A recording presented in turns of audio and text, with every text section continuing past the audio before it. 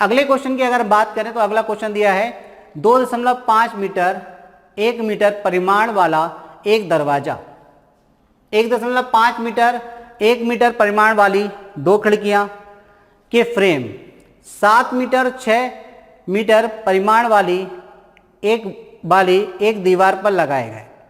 ठीक है, यहां मीटर कर लेना बच्चों, थोड़ा सा करेक्शन कर लें, यहां पर मीटर लिख लें 6 मीटर क्योंकि यूनिट सभी जगह समान है। दीवार का पेंट करने के लिए कुल श्रम लागत ज्ञात करें यदि दीवार के 1 मीटर स्क्वायर की पेंटिंग के लिए श्रम लागत 4 रुपए है, 1 वर्ग मीटर पेंटिंग के लिए। पहले तो हम समझ लें कि वर्ग मीटर होता क्या है। बेटा बच्चों, अगर वर्ग मीटर की बात करें तो वर्ग मीटर मतलब एरिया होता है।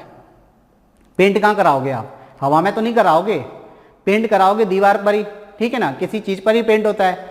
तो जब 2 डायमेंशनल पेंट होता है, जैसे ये हमारे पास जो डिस्प्ले हमारा बोर्ड है, इस बोर्ड पर अगर हम कोई कलर यहाँ से यहाँ तक कर दें तो जिस जगह पे कलर हो जाएगा वो जगह आपको व्हाइट दिखेगी क्या? नहीं दिखेगी, वो जगह आपको व्हाइट नहीं दिखेगी। मतलब अगर मान के चलिए इस बोर्ड पर हमने इतने पे कलर कर दिया, इस बोर्ड पर इतने पर कलर कर दिया, मतलब ये पूरा क्या हो गया, डिस्प्ले आपका ढक गया, यानी कि इसने इतना एरिया कवर कर लिया। तो एरिया तो पहले समझ लें 2 डायमेंशनल फिगर होता है, मतलब जहां केवल लंबाई और चौड़ाई की बात होती है वो द्विविमीय आकृति होती है। वो कैसी होती है? द्विविमीय आकृति होती है। और द्विविमीय आकृति हमेशा स्पेस में जगह नहीं लेती, केवल जमीन पे दीवारों पे इस तरीके से जगह लेती है। इतनी बात आपको समझ आ गई। अब देखिए हम बात कर रहे हैं कि एक दीवार है जिसका परिमाण कितना दिया, 7 मीटर और 6 मीटर परिमाण वाली, यानी कि दीवार की जो लंबाई चौड़ाई है वो कितनी है, 7 मीटर और 6 मीटर। चलिए तो दीवार बना लेते हैं। सबसे पहले हमने एक दीवार ही बना ली। देखिए ये दीवार है। अब ये दीवार आयत के साथ शेप की क्यों बनाई हमने, रेक्टेंगुलर शेप में क्यों बनाई? क्योंकि यहाँ पे लंबाई और चौड़ाई दोनों अलग अलग हैं। अगर लंबाई और चौड़ाई समान होती तो हम समझ जाते कि दीवार कैसी है, वर्ग के आकार की है। तो ये तो देखिए जो हमें बिमाएं दी रहती हैं उनके माध्यम से हम चीजें समझ जाते हैं, उसमें कोई दिक्कत नहीं आती। ठीक है, तो 7 मीटर और 6 मीटर परिमाण वाली एक दीवार है, तो इसका मतलब दीवार क्या है, आयत के आकार की। तो ये तो होगी 7 मीटर और यहाँ पर कितना हो गया, 6 मीटर। तो हमने देखा कि उसकी लंबाई दीवार की 7 मीटर और चौड़ाई कितनी है, 6 मीटर है। अब 7 मीटर और 6 मीटर लंबाई की क्या हो गई, आपकी दीवार हो गई। अब इसमें देखिए क्या क्या दिया है, इसमें दिया है 2.5 मीटर और 1 मीटर परिमाण वाला एक दरवाजा है। तो भाई इसमें एक दरवाजा और लगा दें, तो ये दरवाजा हमने लगा दिया है साइड से, कहीं भी लगा दीजिए। ये तो दिया नहीं है कि कोने में लगाना है, बीच में लगाना है, कहाँ लगाना है। तो देखिए दरवाजे की चौड़ाई की अगर बात करें तो 1 मीटर है और ऊंचाई की अगर बात करें तो 2.5 मीटर है। ठीक, ये दरवाजा हो गया। अब एक दरवाजा और 1.5 मीटर और 1 मीटर परिमाण वाली 2 खिड़कियां। अब 2 खिड़कियां लगी हैं भाई इसमें, एक खिड़की यहाँ लगा दी और एक खिड़की यहाँ लगा दी। इस खिड़की की जो लंबाई है 1.1 और 1 मीटर, इस खिड़की की भी कितनी है, 1.1 और 1 मीटर। 2 खिड़कियां लगी हैं। अब बोल रहे हैं कि इस दीवार पर पेंट कराना है और पेंट करने के लिए कुल श्रम लागत ज्ञात करें यदि दीवार 1 वर्ग मीटर स्क्वायर की पेंटिंग के लिए 4 रुपए लगते हैं। 1 वर्ग मीटर स्क्वायर का मतलब क्या है कि 1 वर्ग मीटर स्क्वायर का एरिया, मतलब 1 मीटर लंबाई में और 1 मीटर चौड़ाई में अगर एरिया आप लेते हैं तो इस पे अगर आप पेंट कराते हैं इतने एरिया पे तो कितना खर्चा आता है, 4 रुपए का खर्चा आता है। कितना खर्चा आता है, 4 रुपए का खर्चा आता है। तो अब आपको बताना है कि दीवार पर कुल कितनी लागत में पेंट हो जाएगा, कितने रुपए लगेंगे। तो बात समझिए, पेंट केवल कहाँ होगा, पेंट केवल खिड़कियों को छोड़कर, पेंट केवल खिड़कियों को छोड़कर, दरवाजे को छोड़कर इस जगह पे पेंट होगा कि नहीं। तो मतलब हमें क्या करना है, हमें करना है कि दीवार का जो क्षेत्रफल है उस क्षेत्रफल में से खिड़की के क्षेत्रफल को और दरवाजे के क्षेत्रफल को माइनस कर दें। फिर जो क्षेत्रफल बचा होगा उसके हिसाब से हम क्या निकाल लेंगे, अपनी लागत निकाल लेंगे। भाई 1 वर्ग मीटर में क्या आ रहा है, 4 रुपए की लागत आती है, तो हम देख लेंगे कितनी वर्ग मीटर हमारे पास एरिया बचा है, तो 4 से मल्टीप्लाई कर देंगे। तो देखिए अगर हम बात करें दीवार का क्षेत्रफल कितना है, तो 7 × 6, ये क्या है, दीवार का क्षेत्रफल। दीवार क्योंकि रेक्टेंगल है और रेक्टेंगल का ये क्या होता है, लंबाई गुणा चौड़ाई होता है। दीवार का क्षेत्रफल कितना आ गया बेटा, ये आ गया आपका 742 मीटर वर्ग मीटर। ठीक, अब हम बात करते हैं क्या है, एक दरवाजा। तो दरवाजे का क्षेत्रफल की अगर बात करें तो दरवाजे का क्षेत्रफल कितना होगा, दरवाजे का क्षेत्रफल। तो अगर हम दरवाजे के क्षेत्रफल की बात करें बच्चों तो ये कितना है, 2.5 × 1 तो कितना आया 2.5 आ गया, तो ये आपका 2.5 मीटर आ गया, 2.5 वर्ग मीटर। अब अगर हम बात करें खिड़कियों की, तो अगर हम बात करते हैं खिड़कियों का क्षेत्रफल, तो खिड़कियों का क्षेत्रफल कितना होगा, तो अगर हम खिड़कियों के क्षेत्रफल की बात करें, खिड़कियों का क्षेत्रफल, तो खिड़कियों का क्षेत्रफल कितना होगा, देखिए एक खिड़की, 2 खिड़कियां हैं यहाँ पर, और उसमें से प्रत्येक की परिमाण कितना दिया 1.5 इंटू 1 और उसको किससे गुणा कर दीजिए 2 से, क्योंकि 2 खिड़कियां हैं, तो कितना आ गया, ये तो 1.5 आएगा, 1.5 का गुणा 2 से करोगे 3, तो 3 वर्ग मीटर। अब आप देखिए आपके पास क्या निकला, 3 वर्ग मीटर आपका किसका, खिड़कियों का क्षेत्रफल है, 2.5 वर्ग मीटर किसका है, दरवाजों का क्षेत्रफल है, और पूरी दीवार का क्षेत्रफल कितना है 42। चलिए तो आगे बढ़ते हैं, देखिए आगे देखिए आप, अगर हम बात करें तो दीवार की बात करें तो दीवार का क्षेत्रफल कितना आ गया, तो दीवार का क्षेत्रफल तो आ गया आपके पास 42 वर्ग मीटर। चलिए तो हमने देखा, देखिए दरवाजे की अगर बात करें, दरवाजे का कितना आ गया आपके पास क्षेत्रफल, तो 2.5 आ गया, 2.5 वर्ग मीटर। और अगर हम खिड़कियों की बात करें तो खिड़कियों का क्षेत्रफल कितना आ गया बच्चों, तो खिड़कियों का क्षेत्रफल कितना आ गया, खिड़कियों का क्षेत्रफल आ गया आपका 3 वर्ग मीटर।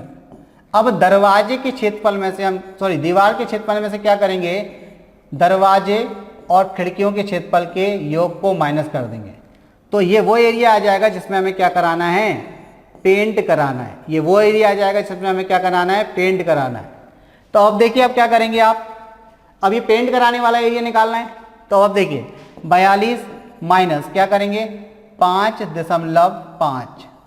देखिए आपको दशमलव वाली संख्याओं का माइनस करना बहुत आसानी से बताया था। आप क्या करिए, सबसे पहले इसको 41 लिखिए, 41 + 1 माइनस किया कीजिए 5.5। देखिए 41 में से 5 जाएगा तो कितना बचेगा 36, ठीक है, और 1 में से 5 जाएगा यानी कि आधा जाएगा तो कितना बचेगा आधा। तो जो एरिया बचा है वो कितना है 36.5 वर्ग मीटर है। यानी कि आपको पेंट कितनी दीवार पर कराना है, कितने एरिया पे कराना है, वो एरिया आपका है 36.5 वर्ग मीटर। आपको इतने एरिया पर क्या कराना है, पेंट कराना है। अब आपके पास एरिया निकल कर आ गया कितना 36.5। अब आपको पता है कि पेंट की लागत कितनी थी, पेंट की लागत आपको दी है कि 1 वर्ग मीटर में कितना खर्चा आता है 4 रुपए का। कितने का खर्चा आता है 4 रुपए। यदि आप 1 वर्ग मीटर एरिया को पेंट कराते हैं तो 4 रुपए का खर्चा आता है, तो आपको कितना एरिया पेंट कराना है 36.5। तो टोटल क्या आएगी, कुल पूंजी निकाल लें हम, कुल लागत निकाल लें। तो अगर कुल लागत की बात करें तो कुल लागत कितनी हो जाएगी भाई 36.5 इंटू क्या कर देंगे 4। चलिए तो गुणा कर दीजिए, 4 × 5 = 20 की 0 हाथ से 2, 4 × 6 = 24 और 2 × 26 की 6 हाथ से में 2, 4 × 3 = 12 और 2 = 14। ठीक है, दशमलव लग जाएगा एक अंक के बाद, यानी कि आपका आंसर आ जाएगा 146 रुपए। कितने रुपए लगेंगे 146 रुपए, 146। तो चलिए देख लेते हैं हमारा आंसर क्या है 146 रुपए किस ऑप्शन में दिया है आपको, पहले ऑप्शन में दिया है, ऑप्शन ए आपका आंसर हो गया। आई होप आपको बात सारी समझ आई। चलिए एक अगला क्वेश्चन देखते हैं कि 17वां क्वेश्चन आपसे क्या पूछा गया था। तो 17वें क्वेश्चन की तरफ बढ़ते हैं। दिए गए समीकरण में x का मान ज्ञात करें। देखिए इससे सिंपल क्वेश्चन नहीं हो सकता आपके लिए, ठीक है, जिनको समस्याएं होती हैं आज के बाद समस्या नहीं रहेंगी। जब भी आपसे x का मान पूछे ना तो आपके पास 2 तरीके हैं, या तो आप क्या करें क्रॉस मल्टीप्लाई करके सॉल्व करें, थोड़ा सा लंबा हो जाएगा लेकिन आपका एक बार में आंसर ही आएगा। दूसरा तरीका ये है कि आपसे x का मान पूछा, इसका मतलब क्या है कि ये जो चारों ऑप्शन है वो किसके बराबर होंगे, x के बराबर होंगे। इतनी बात समझ आ रही है भाई। अगर आपसे x का मान पूछा गया है तो मतलब आपका x का मान a हो सकता है, b भी, c भी और d भी, हमें नहीं पता कौन सा है। तो अगर ये चारों ऑप्शन आपको दिए हैं और x का मान ज्ञात करना है तो ये चारों को हम क्या करें x के बराबर मान के अपने समीकरण में रखते जाएं। तो देखिए पहले ऑप्शन को अगर हम लेते हैं, पहला ऑप्शन हमें क्या दिया है बच्चों, पहला ऑप्शन दिया है -1। तो -1 को हम किसके बराबर कर रहे हैं, x के बराबर। तो अब देखिए हमारे पास समीकरण क्या है 4 + 7, 7 + 4x और बटे में क्या है -3x + 9 और बराबर में कितना दिया है तो 5/20। कितना दिया है 5/20, ये आपको दिया है। अब x का मान देखिए -1 है, अगर रखते हैं इसमें तो ये कितना हो जाएगा 7 और ये कितना हो जाएगा -4 और माइनस का गुणा माइनस से तो कितना हो जाएगा +3 +9 और बराबर में कितना है 5/20। 5/20 का मतलब होता है 1/4। तो यानी कि इसका सॉल्यूशन अगर आपको 1/4 मिल जाएगा तो आपका आंसर ए हो जाएगा तुरंत ही। तो देखिए 7 में से 4 गया कितना बचा 3 और 9 3 कितना हो गया 12 और ये कितना हो गया 1/4। 4, 1/4 बराबर किसके हो गया, 1/4 के। यही आपका आंसर है, आपको नेक्स्ट चेक करने की जरूरत ही नहीं है। इनकेस अगर ये नहीं होता तो हम क्या करते, नेक्स्ट ऑप्शन की तरफ बढ़ते। ठीक, एक तरीका तो ये क्लियर हो गया। अब दूसरे तरीके की अगर बात करें बच्चों तो दूसरा तरीका और देख लें। आपके पास इक्वेशन क्या दी, 7 + 4x अपॉन -3x + 9 = 5/20। ये आपके पास इक्वेशन है। देखिए आपके पास इक्वेशन है 7 + 4x - 3x + 9 और इक्वल टू दिया आपको 5/20। तो हम क्या करेंगे, सबसे पहले सिंप्लीफाई कर लेंगे, क्योंकि इक्वल में आपके पास ऐसी वैल्यू दी है जो आपकी कैंसिल हो रही है। कैसे, 5 × 1 = 5, 5 × 4 = 20, यानी कि 5 × 5, 5 × 20। अब ये कितना हो गया, 7 + 4x और बटे में कितना हो गया, -3x + 9 और बराबर में कितना, 1/4। क्रॉस मल्टीप्लाई कर दीजिए, इसका मल्टीप्लाई इधर कर दीजिए और इसका मल्टीप्लाई इधर कर दीजिए। 4 का मल्टीप्लाई कर देंगे, 4 × 7 = 28 प्लस 4 × 4 = 16x और 1 से मल्टीप्लाई होगा तो ये -3x प्लस में कितना हो जाएगा, 9। ठीक, अब आप देखिए पक्षांतरण करेंगे तो 16 इस तरफ आएगा तो कितना हो जाएगा भाई, 19। 16 इस तरफ नहीं, 3 इस तरफ आएगा। ठीक है, 3 को ला रहे हैं हम इस तरफ, तो अगर 3 को इस तरफ लाते हैं तो आप बताइए क्या हो जाएगा। ये 16x है, 3x इस तरफ आएगा तो प्लस का 3x, 9 इस तरफ है, 28 इस तरफ जाएगा तो माइनस का 28 हो जाएगा। ठीक, तो ये बताइए कितना हो गया, कुछ गलत लिख लिया क्या। देखिए क्वेश्चन क्या था, 7 + 4x और -3 + 9 बराबर में 5/20। चलिए कोई दिक्कत नहीं, 7 + 4x माइनस, ठीक है, ये 5 × 20 सही है, 7 × 28, 4 × 16, ठीक है, ये भी सही है। इसके बाद आपका हुआ -3 और प्लस का 9, ठीक है, बिल्कुल सही, कोई दिक्कत नहीं। चलिए आगे देखिए बच्चों, आपका ये 16 इस तरफ आएगा तो ये प्लस का हो गया तो ये 19 हो जाएगा, 28 उस तरफ जाएगा तो माइनस का हो गया, तो ये भाई कितना हो गया, ये तो हो गया आपका 19x। ठीक है, 28 माइनस हो रहा है 19 में से, कितना बचेगा, ये भी 19 का बचेगा, लेकिन किसका, माइनस का बचेगा। तो x की वैल्यू कितनी आ गई, -19 और बटे में कितना जाएगा, 19। तो 19 से कम बच्चों कितना हो जाएगा, 19। तो आपका आंसर कितना आ गया, 1। आपका आंसर कितना निकल कर आ गया, 1। तो ये भी ट्रेडिशनली है, लेकिन काफ़ी समय जाएगा कि भाई पहले आप सॉल्व करें, क्रॉस मल्टीप्लाई करें, पक्षांतरण करें, ये समान चीज़ें करें। आप चीज़ों को समझिए कि हमारी किस्मत बहुत अच्छी है कि पहला ऑप्शन हो गया। नहीं भी होती तो हम कैलकुलेशन फास्ट करके अपना ये आसानी से आंसर ला सकते थे। भाई आपको बनाना कितना है, 1/4, एक्स के मान रखते जाइए, जहाँ 1/4 मिल जाएगा वो आपका आंसर। चलिए बच्चों, तो अगला क्वेश्चन देखते हैं। अगला क्वेश्चन है क्वेश्चन नंबर 18। ठीक है, अब ये बोल रहे हैं कि जो संख्या आपको दी है, एक संख्या होगी जो अंक पर समाप्त होगी। भाई कोई संख्या किस अंक पर समाप्त होती है, कोई भी संख्या किस अंक पर समाप्त होती है। देखिए अगर बात करें तो पहले क्वेश्चन समझ लीजिए। क्वेश्चन आपसे कह रहे हैं 18वें क्वेश्चन में कि ये संख्या और इसका वर्ग दिया है, एक संख्या होगी जो अंक पर समाप्त होगी। मतलब जब इसका मल्टीप्लाई करेंगे फिर एक संख्या मिलेगी, फिर उसका वर्ग करेंगे तो वो संख्या एक बहुत बड़ी संख्या मिलेगी। तो किस अंक पर समाप्त होगी, तो समाप्त कहाँ होती है, जहाँ इकाई का अंक मिलता है वहां समाप्त होती है। तो जैसे अगर हम बात करें कि हमारे पास संख्या है बच्चों 3, 6, 9, 8, 7, तो हमने बोला कि आपसे भाई ये जो संख्या दी 36,987 किस अंक पर समाप्त हो रही है। तो शुरुआत तो इसकी कहाँ से हुई है, 3 से। समाप्त किस पर हो रही है, समाप्त किस पर हो रही है, 7 पर। तो 7 पर समाप्त हो रही है। तो अगर हम बोले कि 7 क्या है, 7 यहाँ पर क्या है, अगर आपसे पूछा जाए तो आप 7 कहेंगे कि ये इकाई अंक है, यूनिट डिजिट है। ये क्या है, यूनिट डिजिट है। यूनिट डिजिट बोले या हम क्या कह सकते हैं बच्चों, इसको इकाई अंक। तो ये क्या है, आपका इकाई अंक है। तो यानी कि फाइनली क्वेश्चन पहले ये कह रहा है, तो हमने पहले क्वेश्चन को समझ लिया कि भाई वो कह क्या रहा है। क्वेश्चन कह रहा है कि भैया हमारा इकाई का अंक निकालें, हमारा इकाई का अंक निकालें। तो चलिए इकाई के अंक निकालने के लिए पहले हम चीज़ों को समझ लेते हैं कि कोई संख्या दी है, उसका इकाई का अंक कैसे निकाला जाता है, उसकी पावर अगर आपको दी है तो इकाई का अंक कैसे निकालते हैं। तो देखिए सबसे पहले आपको चीज़ें याद करनी है कि हमारे पास कितने अंक होते हैं। तो अगर हम अंकों की बात करें तो अंक हमारे पास टोटल बच्चे 10 होते हैं। कितने अंक होते हैं, 10। उन 10 अंकों की बात करें तो 0, 1, 2, 3, 4, 5, 6, 7, 8, 9 और 10। टोटल अंक कितने होते हैं बच्चों, 10 अंक होते हैं। तो ये दो टोटल 10 अंक हो रहे हैं। 10 हमने लिख दिया, 10 होता नहीं है, ठीक है, क्या होता है, 9 तक होता है। चलिए समझते जाइए बेटा, ऐसा नहीं है कि एकदम फ्लो में जा रहे हैं तो आप भूल जाएं चीज़ों को। देखिए इसको हटा दीजिए, तो कहाँ तक, इतने ही आपके 9 तक ही कितने हो गए, टोटल 10 अंक हो गए। गिन लीजिए आप, 1 से लेकर 9 तक 9 हो गए और 1 0, कितने हो गए, 10 अंक हो गए। ठीक है, तो चलिए ये टोटल हमारे पास 10 अंक होते हैं। यानी कि किसी भी संख्या का यदि इकाई का अंक होगा तो इन 10 अंकों में से कोई एक होगा। अब उसका आप वर्ग करें, घन करें, 10 घात करें, 100 घात करें, लाखों घात भी कर दें, तो फिर वो संख्या जब मिलेगी तो उसका एक इकाई का अंक होगा। वो इकाई का अंक भी इन 10 अंकों में से कोई एक ही होगा, इससे अलग तो नहीं हो सकता, क्योंकि हमारे पास टोटल मैथ ही इस पर बेस्ड है। मैथ में बताइए इसके अलावा कुछ होता है क्या?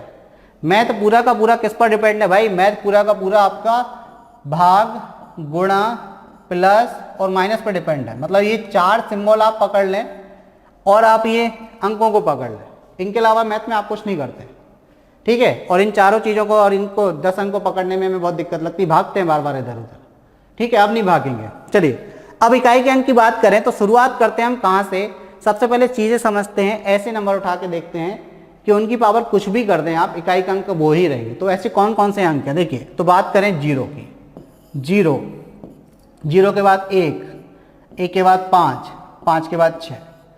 ये जो 4 अंक ऐसे अंक हैं, इनकी घात आप कितनी भी कर दें, इकाई का अंक हमेशा यही अंक मिलेंगे आपको। जैसे एग्जाम्पल के तौर पर हमने लिखा 30 और 30 की घात लिख दी 1469 और आपसे पूछा कि बताइए बच्चों इकाई अंक क्या होगा। आपसे क्या पूछा? इकाई अंक। अब देखिए बार बार नहीं लिखेंगे कि इकाई अंक क्या होगा, अब हम जितने भी क्वेश्चन सॉल्व करने जा रहे हैं सब में इकाई अंक ही निकालेंगे, ठीक है, समझते जाइए। अब इकाई अंक अगर आपसे पूछा तो इसका मतलब क्या है कि 30 का आपको कितने बार गुणा करना है? 30 का गुणा करना है आपको 1469 बार। कितने बार गुणा करना है 30 का? 1469, 1469 टाइम आपको क्या करना है? 30 का गुणा करना है। तो अगर आप 30 का गुणा करेंगे तो बताइए इकाई का अंक कैसे मिलेगा? जीरो का गुणा जीरो से होगा, जीरो मिलेगा। जीरो का गुणा जीरो से होगा, जीरो मिलेगा। जीरो का गुणा जीरो से होगा, जीरो मिलेगा। चलिए ये बात ज़्यादा बड़ी हो गई, इसको और विस्तार से अगर समझना है और छोटे तरीके से समझ लें, जैसे हमने लिखा 21, 23 और हमने लिखा 69 और आपसे पूछे बताइए गुणनफल में इकाई का अंक क्या होगा, तो इकाई का अंक कैसे निकालेंगे? आप इन दोनों संख्याओं का गुणा जब करते हैं तो 9 3 27 आएगा, 27 में इकाई का अंक 7। फिर यहाँ आप बताइए क्रॉस लगा देते हैं कि नहीं? तो जब गुणनफल आप करते हैं तो यहाँ 7 आ जाता है, कुछ और आता है? नहीं आता है। तो फिर 7 का गुणा किससे होगा? 1 से। तो मतलब यहाँ पर एक बात समझ में आ रही कि जब भी आपको इकाई का अंक निकालना है तो केवल इकाई के अंक से मतलब है, उसके अलावा कितनी भी संख्या उसके बाद लिखिए, कितने भी अंक उसके बाद लिखिए, उनसे मतलब नहीं है, ठीक। तो चलिए देखिए, जैसे हमने आपसे सबसे पहले बात बोली कि हम कौन कौन से अंक पकड़ रहे हैं, 0, 1, 5 और 6 ले रहे हैं। तो 0, 1, 5 और 6 जो एक ऐसे अंक है बच्चों, ये अंक आपके कहीं भी दिए हो, मतलब ये किसी भी संख्या का इकाई का अंक अगर हो तो भी आपको बच्चों ध्यान रखना कोई फर्क नहीं पड़ेगा। कैसे फर्क नहीं पड़ेगा? जैसे हमने बोला कि 30 की घात कितनी लिखी? 169 लिख दिया, तो इकाई का अंक आपसे पूछा जाए तो आप क्या बोल देंगे? तुरंत ही 0। हमने बोला आपसे 315 और उसकी घात लिख दी 601, तो इकाई का अंक आपसे पूछा जाए तो आप बोल देंगे कितना? 5। इसी तरह अगर हमने आपसे बोला 616 और उसकी घात 711, इकाई का अंक पूछा जाए तो आप क्या कह देंगे? 6, क्योंकि हमें 6 से मतलब है, उसके बाद वाली संख्याओं से किसी से भी कोई मतलब नहीं है। इकाई का अंक देखने के लिए केवल इकाई का अंक देखा जाता है। तो ये चीज़ क्लियर हो गई कि अगर हमारे पास ये 4 अंक आ गए 0, 1, 5, 6, तो इनका इकाई का अंक कैसे निकलेगा? इनका इकाई का अंक हमेशा 0, 1, 5, 6 ही होगा, ठीक। अब देखिए इसके बाद हम दूसरे अंक ले लेते हैं।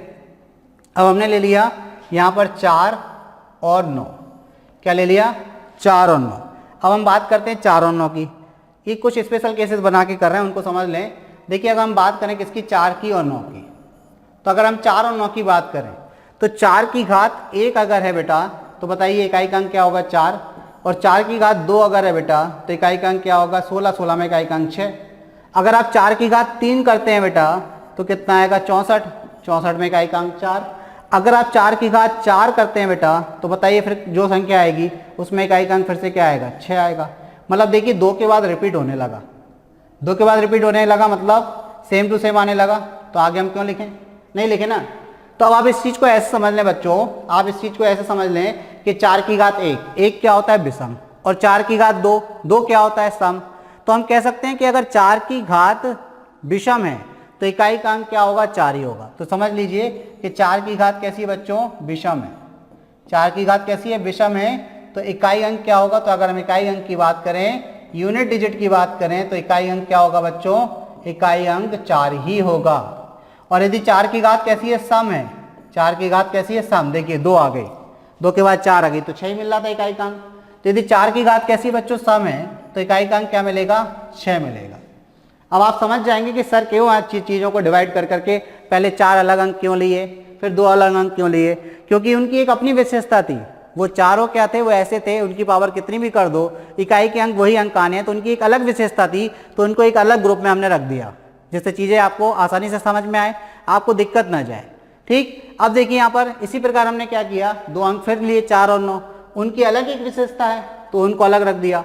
तो यहाँ से अब बात समझ में आ गई कि 4 की घात विषम होने पर इकाई का अंक 4 आएगा, 4 की घात सम होने पर इकाई का अंक 6 आएगा। ठीक, अब एक एग्जाम्पल ले लेते हैं। जैसे हमने लिखा 314 की घात 319 इकाई का अंक, बताइए भाई विषम घात है, क्या होगा इकाई का अंक, 319 विषम होती है तो इकाई का अंक 4।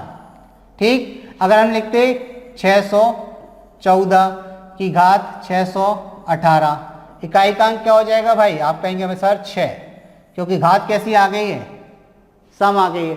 तो घात सम आने पर इकाई का अंक देखना, उसके बाद वाले नंबर से मतलब नहीं है, ये चीज भी आपको बार बार बता दें, ये ध्यान रखनी है, केवल इकाई के अंक से मतलब है, उसके बाद वाले अंकों से मतलब हमें नहीं है इकाई का अंक निकालने में। क्लियर।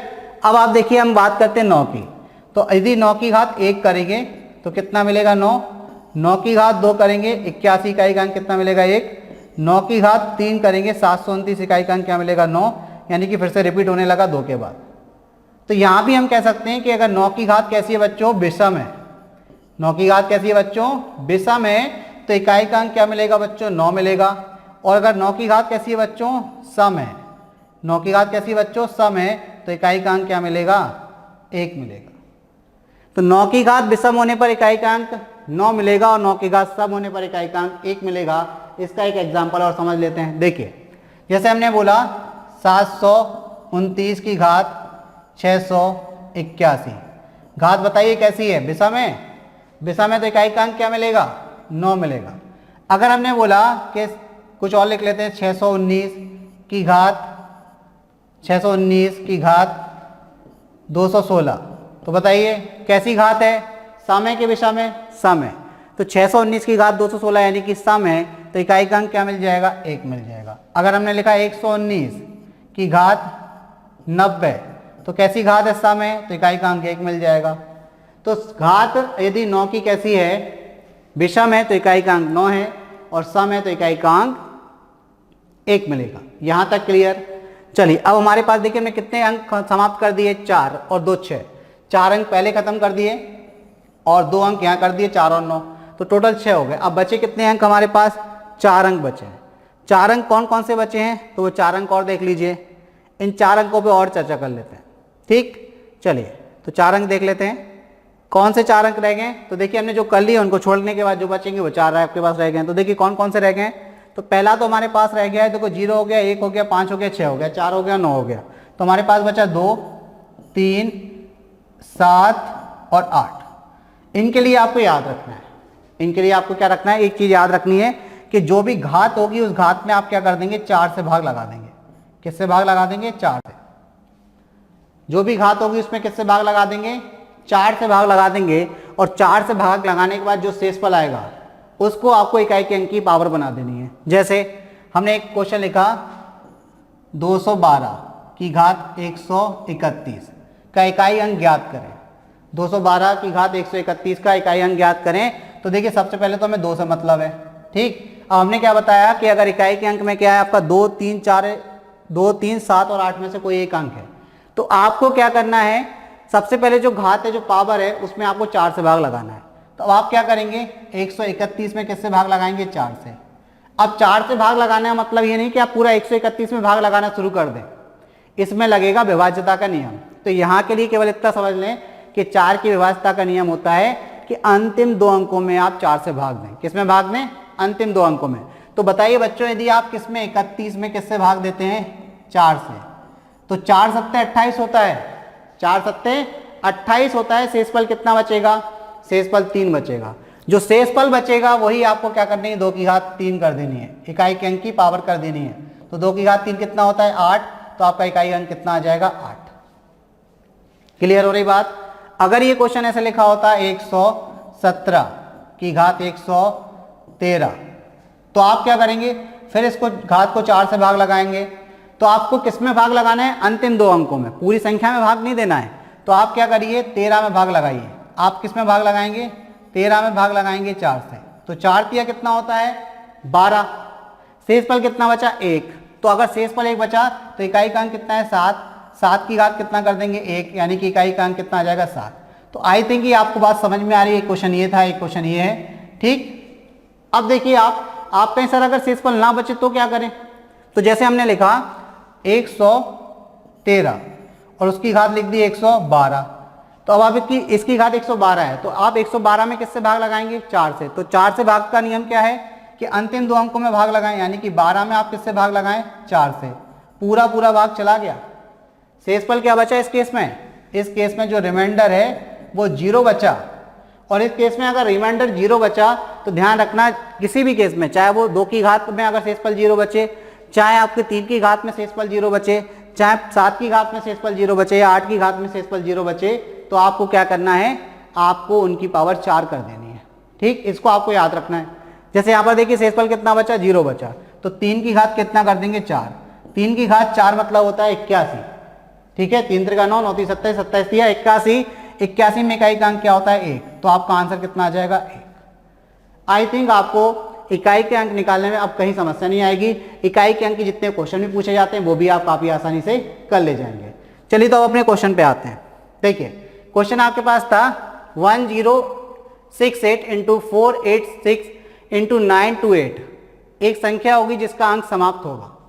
इसका अंक किस संख्या पर समाप्त होगा ये आपसे पूछा गया है। तो आप बच्चों कुछ मत करो, जैसे आपको बताया कि इकाई का अंक निकालने के लिए बाद वाले अंकों की आवश्यकता है ही नहीं।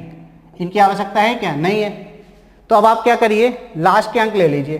क्या क्या लेना है, एक का 8 है, फिर दूसरे का क्या भाई 6 है, फिर अगले का क्या दिया भाई आपको 8 दिया, और उसकी होल पावर कितनी है, उसकी होल पावर 2 है। अब इनका आपस में गुणा कर दीजिए तो क्या आएगा, 8 × 6 = 48। 48 में बताइए इकाई का अंक क्या होता है, 8। तो इस 8 का फिर से गुणा कर दीजिए किससे, 8 से। 8 × 8 = 64। 64 में इकाई का अंक कितना होता है, 4। और 4 की घात कितनी करनी है आपको, 4 की घात 2 करनी है। 4 की घात 2 का मतलब क्या है, ये सम घात आ गई। कौन सी आ गई, सम आ गई। आपको अगर समय याद भी नहीं रहे तो आपको पता है 4 की घात 2 कितना होता है, 16। 16 में इकाई का अंक कितना है, 6। और अभी हम पढ़ के आए हैं कि यदि 4 की घात सम है तो इकाई का अंक क्या होता है, 6। तो अब आप बताइए आपका ऑप्शन कौन सा हो जाएगा, ऑप्शन डी आपका आंसर हो जाएगा। देखिए यहाँ काफी चीजें समझ ली हमने। इस क्वेश्चन को जानने के अलावा हमने वो सारी चीजें जान ली जो आपसे पूछ सकते हैं इकाई के अंक में। इकाई के अंक अब किसी भी टाइप के क्वेश्चन में आपसे पूछ लिया जाए, इकाई का अंक आपसे पूछ लिया जाए तो आप बहुत आसानी से कर ले जाएंगे। क्लियर। तो चलिए बच्चों अगला क्वेश्चन देखते हैं। अगला क्वेश्चन क्या है, अगले क्वेश्चन की बात करें तो क्वेश्चन नंबर 19 है आपका कि हल करें। क्या करना है आपको, हल करना है, यानी कि इसको सॉल्यूशन करना है आपका। चलिए तो ये क्वेश्चन जैसा लिखा है इसको समझ लीजिए क्या क्वेश्चन है। ये आपको दे रहे हैं कि भाई 15 की घात 13। इस टाइप के क्वेश्चनों में आपको ज़्यादा दिमाग नहीं लगाना, सीधे सीधे चलते जाइए। और डिवाइड बाई 5 की घात 3 और उसकी होल पावर कितनी दी है बच्चों, 2। कितनी दी है, 2। तो ऐसा क्वेश्चन जब भी आएगा हल करने का तो आपको क्या करना है, 15 को ब्रेक करना है। किस पे, जिससे आपका ये 5 से भाग चला जाए, जिससे आपका क्या 5 से भाग चला जाए। तो 15 को हम लिख सकते हैं 3 × 5 और उसकी होल घात कितनी है, 3। और भाग किससे जा रहा है बच्चों, 5 की घात 3 से। और इस पूरे की होल घात कितनी दी है बच्चों, इस पूरे की घात दी है 2। इस पूरे की घात कितनी दी, 2। अब ये देखिए क्या हो जाएगा, ये हो जाएगा 3 की घात 3 × 5 की घात 3, ठीक। और इस पूरे में भाग किससे जा रहा है आपका, तो भाग को हम नीचे लेके दे रहे हैं 5 की घात 3 से। और इस पूरे की होल घात कितनी है, तो इस पूरे की होल घात कितनी है, 2। इतनी बात क्लियर। अब देखिए यहाँ नियम लग रहा है, यहाँ जो नियम लिख रहे हैं उनको हम यहाँ साइड से देख लेते हैं। x × y की होल पावर अगर कितनी है, m है, तो आप उसको लिख सकते हैं x की पावर m × y की पावर m। एक तो ये की नियम लग रहा है, ठीक है। अब देखिए दूसरा क्या नियम लग रहा है, ये तो हो गया 3 की घात 3। अब यहाँ देखिए 3 की घात 3 ये है और 3 की घात 3 है, ये कट जाएगा। तो अब कितना बचा, यहाँ तो 1 बचा और उसकी होल घात कितनी बची, 2। तो ये हम लिख सकते हैं 3 की घात 3 और उसकी होल घात कितनी, 2। तो ये किस में हो जाएगा, 3 की घात 6 में कन्वर्ट हो जाएगा। किस में हो जाएगा, 3 की घात 6 में कन्वर्ट हो जाएगा। अब देखिए 3 की घात 6 की वैल्यू अभी निकाल देंगे क्या आएगी। चलिए 3 की घात 6 की बात करते हैं अभी थोड़ी देर बाद। देखिए 3 की घात 6 की बात करते हैं, लेकिन आपको एक चीज़ और लिखनी है यहाँ पर, एक नियम। जैसे ये काटा है तो ये कटता नहीं है बच्चों, इसमें क्या होता है कि अगर x की पावर m है और अपॉन x की पावर n है, आधार समान हो तो भाग में घातें घट जाती हैं, तो x की पावर m माइनस n हो जाता है। तो ये चीज़ हमने की है। ये कितनी थी आपके पास 5 की घात 3, और ये कितनी थी 5 की घात 3। तो आधार समान है तो घातों को घटा दिया, 3 माइनस क्या कर दिया 3, तो कितनी आ गई 5 की घात 0। किसी भी संख्या की घात यदि 0 है तो उसका मान क्या होता है बच्चों, ध्यान रखना हमेशा 1, भले ही वो x के रूप में हो। अगर हमने लिख दिया p की घात 0 तो आप समझ जाना कितना मान है उसका 1। अगर हमने लिख दिया 7 की घात 0 तो आप बोल देंगे कितना है 1। हमने लिख दिया 1968 की घात 0 तो आप बोलेंगे कितना है 1। ठीक है, तो किसी भी संख्या की घात यदि 0 है, डिग्री में समझ लेना बच्चों, वो क्या है 0 है। किसी भी संख्या की घात 0 है तो उसका मतलब क्या होता है 1। ये चीज क्लियर। अब इसको देखिए, हमारे ऑप्शन में कहीं नहीं है 3 की घात 6 के रूप में, तो हम क्या कर रहे हैं, इसको तोड़ने का प्रयास कर रहे हैं। कैसे तोड़ रहे हैं तो आप वो देखिए, हमने इसको लिखा 3 की घात 2 इंटू 3, तो 3 की घात 2 मतलब कितना होता है 9, और 9 की घात 3 मतलब 9 का क्यूब कितना होता है 729। तो देखिए 729 हमारे ऑप्शन में है, बिल्कुल है, ऑप्शन सी हमारा क्या हो गया, आंसर हो गया। क्लियर ये बात, यहाँ किसी कहीं से कहीं तक कोई दिक्कत नहीं। चलिए, तो इस टाइप के क्वेश्चनों में आपको ज़्यादा दिमाग नहीं लगाना है, सीधे सीधे चलना है, ज़्यादा समय नहीं गंवाना है। चलिए, तो अगला क्वेश्चन देखते हैं, अगला और लास्ट क्वेश्चन। ये आज का इस पेपर का आपका क्या है, लास्ट क्वेश्चन है। ठीक, तो देख लेते हैं जेल प्रहरी में और लास्ट क्वेश्चन आपसे क्या पूछा गया था। देखिए क्वेश्चन है -3/7 -5/7 -8/9 एवं 8/9 को आरोही क्रम में लिखें। तो सबसे पहले समझ लें बच्चों दो चीजें कि आरोही का मतलब क्या होता है। एक तो होता है आरोही क्रम और एक क्या होता है बच्चों, अवरोही क्रम। तो दो क्रम होते हैं, एक आरोही और एक अवरोही। तो अब बात किसकी कर रहे हैं कि आरोही क्रम में लिखें, आरोही क्रम में व्यवस्थित करें। तो पहले हम समझ लेते हैं आरोही का मतलब क्या होता है, 1 2 3 4। मतलब अगर आप छोटे से बड़े की तरफ जा रहे हैं तो वो आरोही क्रम होता है, इंग्लिश में असेंडिंग ऑर्डर बोलते हैं इसको। ठीक, और अगर आप क्या करें 4 3 2 1 मतलब बड़े से छोटे की तरफ जा रहे हैं तो वो क्या कहलाता है, अवरोही क्रम। मतलब हम कह सकते हैं बढ़ता हुआ क्रम आरोही क्रम है और घटता हुआ क्रम अवरोही क्रम है। या हम कह सकते हैं कि अगर आप सीढ़ियां चढ़ते हैं तो मतलब आप किसमें, आरोही क्रम में जा रहे हैं, लेकिन जब आप सीढ़ियां उतरते हैं तो मतलब क्या आप अवरोही क्रम में आ रहे हैं। ठीक है, तो ये क्रम समझ लिए, असेंडिंग और डिसेंडिंग। अब इन्होंने बोला है कि ये 4 नंबर जो आपको दिए इनको व्यवस्थित करना है किसमें, आरोही क्रम में, मतलब छोटे से बड़े में। तो सबसे पहले आपको छोटा निकालना है कौन सा है। ठीक, तो देखिए ऑप्शन से ये एलिमिनेट करते हैं। सबसे पहले चीजें ऑप्शन से समझते हैं। बेटा ये बताइए, ये वाली संख्या जो है वो प्लस की है, अगर ये प्लस की है तो ये सबसे लास्ट में आनी चाहिए, आनी चाहिए कि नहीं। तो पहले तो ऑप्शन में देख लें, करेक्शन कर लें। यहाँ पर इन्होंने शायद ऑप्शन गलत हो गया, ठीक है, इसको माइनस कर लीजिए। ठीक है, तो ये आपका ऑप्शन में हो सकता है, ये भी हो सकता है, ये भी हो सकता है, ये नहीं हो सकता।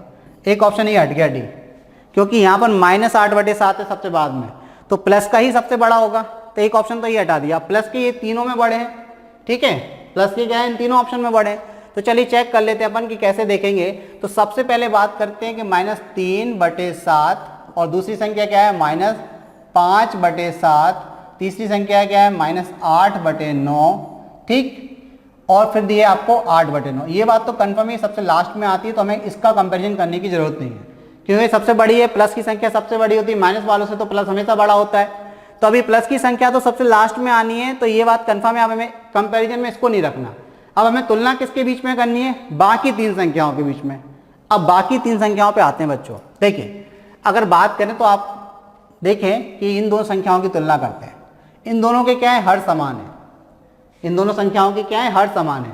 यदि दो आपको क्या दिए हैं, परिमेय संख्याएं दी हैं और उनके हर कैसे समान है, या आप बोले भिन्न दिए हैं और उनके हर कैसे समान है। अगर दो संख्याओं के बच्चों हर समान है तो जिसका अंश बड़ा होता है वो संख्या बड़ी होती है, और जिसका हर छोटा होता है, सॉरी, जिसका अंश बड़ा होता है वो संख्या बड़ी होती है, और जिसका अंश छोटा होता है वो संख्या छोटी होती है। कब, जब उनके डिनोमिनेटर सेम हो, क्या हो, हर समान हो। तो देखिए यहां भी आपको 7 दिया, यहां भी आपको 7 दिया, तो अब आपको बताना है कि -3 बड़ा होता है कि -5 बड़ा होता है। तो आप कहेंगे माइनस में जो संख्या छोटी होती है वो एक्चुअल में बड़ी होती है। तो आपने कंपैरिजन कर लिया कि -5/7 छोटा है किससे, -3/7 से। ये बात तो कंफर्म हो गई। ठीक, तो अगर ऑप्शन में चाहें तो देख लें, तो -3/7 से -5/7 ये छोटा है, तो एक ऑप्शन तो ये आ गया। इसके अलावा देखिए कहीं दिया है, ये वाला देखिए एक ही ऑप्शन है, दिख रहा है कि -3/7 से -5/8, 5/7 छोटा है। ठीक, तो ये तो एक ही ऑप्शन में दिया और कहीं नहीं दिया। चलिए फिर भी हम एक बार और देख लेते हैं। अब ये इससे छोटा हो गया तो अब हम कंपैरिजन किसका करेंगे, इन दोनों का, इन दोनों में कौन बड़ा है। तो -8/9 और -3/7 इनमें कौन बड़ा है। ठीक, अब इनका कंपैरिजन कैसे करेंगे बच्चों, देखिए अब यहाँ पर हर समान नहीं है, तो आप कहेंगे सर क्या करें, तो आपको क्या करना है, इस 7 का गुणा इधर कर देना है और इस 9 का गुणा इधर कर देना है।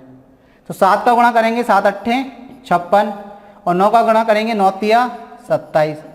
तो बताइए 56 बड़ा होगा कि 27 बड़ा होगा, 56 बड़ा होगा कि 27 बड़ा होगा। तो आप बोलेंगे कि माइनस में जो संख्या छोटी होती है एक्चुअल में वो बड़ा होता है, यानी कि ये वाली बड़ी है और ये छोटी है। तो हमने देखा कि -8/7 छोटा है किससे, -3/7 से। अब समस्या ये आ गई कि -3/7 से ये दोनों छोटे हैं। ठीक, तो यानी कि ये इससे पहले ही आएंगे दोनों, तो देखिए इससे पहले ही आ गए। तो अब हमें कंपैरिजन किसका करना पड़ेगा, 8/9 था बच्चों, हमने 7 लिख दिया, इसमें थोड़ा सा मिटा ले दे रहे, देखिए 8/9 था। ठीक, चलिए ये लिखने की जो अभी कोई मिसप्रिंट हो जाए तो उसको आप अपने हिसाब से थोड़ा चेक कर लेना, बाकी हमारी बात जरूर सुनते रहना, आपको बहुत फायदा मिलेगा। अब देखिए बच्चों, ये हमने देख लिया कि -3/7 इन दोनों से बड़ा है, मतलब -3/7 बाद में आएगा, ये दोनों पहले आएंगे। तो अब पहले किसको रखें, -5/7 को रखें या -8/9 को रखें। तो एक बार आपको इनको भी कंपैरिजन करना पड़ेगा। तो देखिए -5/7 और -8/9 का कंपैरिजन करते हैं। 5/7 था बच्चों, बार बार गलतियां कर रहे हो लिखने में, क्या बात है, गलतियां नहीं करना। चलो 5/7 और यहाँ 8/9 था, तो क्रॉस मल्टीप्लाई कर देंगे, फिर से क्रॉस मल्टीप्लाई कर देंगे। तो क्रॉस मल्टीप्लाई कर दिया जा बच्चों, 9 पन्ना 45, तो माइनस का 45। ठीक, और 8 7 56, तो ये 56 आ गया माइनस का। बताइए 56 बड़ा होता है कि 45, माइनस में जो संख्या छोटी होती है वो बड़ी होती है, यानी कि 45 बड़ा है 56 से। तो हमने देखा कि -5/7 बड़ा है -8/9 से, मतलब ये इसके बाद आएगा। तो देखिए -8/9, फिर उसके बाद 5/7, -3/7 और फिर 8/9। तो आपका आंसर क्या हो गया, सी हो गया। तो इस तरीके से हम क्वेश्चन सॉल्व कर सकते हैं। एक तो ये तरीका। दूसरा तरीका क्या है बच्चों, आप इसमें एक तरीका और लगा सकते हैं कि आप डायरेक्ट भाग दे दें और दशमलव के 2 अंकों तक संख्याओं को चेक कर लें। जैसे ये 3 था माइनस का, इसको 7 से भाग दें, तो आप क्या करेंगे, दशमलव लगाएंगे, दशमलव लगा तो ये 30 हो गया, 7 चौके 28, 2 बचेगा 20 हो जाएगा, 7 दूनी 14, तो माइनस का हो गया। एक ये आ गई, मतलब अगर इसकी दशमलव वैल्यू हमने निकाली -3/7 की, तो वो क्या निकल कर आई, 0.42 निकल के आई माइनस में। ठीक, इतनी चीज क्लियर। अब देखिए दूसरी संख्या क्या है, -5/7, तो भाग लगाइए, दशमलव हो जाएगा, कितना हो जाएगा भाई, ये 50 हो जाएगा, 7 7 49, 7 7 49 हो जाएगा, 1 बचेगा 10 हो जाएगा, 7 एकम 7। ठीक, अब इसके बाद आते हैं -8/9 पर, दशमलव लग जाएगा तो कितना 80 हो जाएगा, 9 8 72, 9 8 72, फिर 8 बचेगा 9 8 72, तो माइनस का ये भी। बाकी तो प्लस का था तो उसमें हमें कंपैरिजन करना ही नहीं है, वो तो सबसे बाद में आना, ये बात कंफर्म है, तो उसमें हम अपना समय नहीं गवाएंगे। ठीक, क्योंकि लास्ट वाली संख्या प्लस में है और प्लस वाली संख्या तो माइनस वाली संख्या से बड़ी होती है, तो उसमें थोड़े ना समय गवाएंगे बच्चों। चलिए देखिए, अब बताइए 71, 42 और 88 में कौन सी संख्या बड़ी है। तो आप कहेंगे माइनस में जो संख्या छोटी होती है वो बड़ी होती है, ये पहले नंबर पर आएगी बड़े में। ठीक है, तो सबसे पहले कौन सी आएगी, 88 वाली, यानी कि सबसे छोटी ये वाली हो गई। तो -89 इज लेस देन, ये किससे छोटी हो गई, देखिए 71 से, और 71 से बड़ा 42 है, तो अब आपका कौन सा हो गया, -5/7 बड़ा हो गया। उससे बड़ा क्या हो गया, -3/7 बड़ा हो गया, और उससे भी बड़ा क्या हो गया भाई, 8/9 प्लस का था, तो वो तो बड़ा है ही सबसे। तो हमारा आंसर क्या आ गया, -8/9, -5/7, -3/7 और -8/9 प्लस में। ठीक, तो इस तरीके से देखिए हमने सॉल्यूशन किया इस क्वेश्चन का। आई होप आपको सारी बात समझ में आई। ये आपका एक पेपर और था, ये हमने तीसरे पेपर का डिस्कशन किया, यानी कि हमने जेल प्रैरी के 3 पेपर अभी तक सॉल्व कर लिए हैं। आप देखिए सभी में बेसिक क्वेश्चन पूछे गए हैं, किसी में भी कोई हार्ड क्वेश्चन नहीं पूछा गया है। अब अगर आप एग्जाम देते हैं तो आप इस टाइप के क्वेश्चनों की तैयारी करें, प्रैक्टिस करें, आपका सिलेक्शन पक्का। चलिए।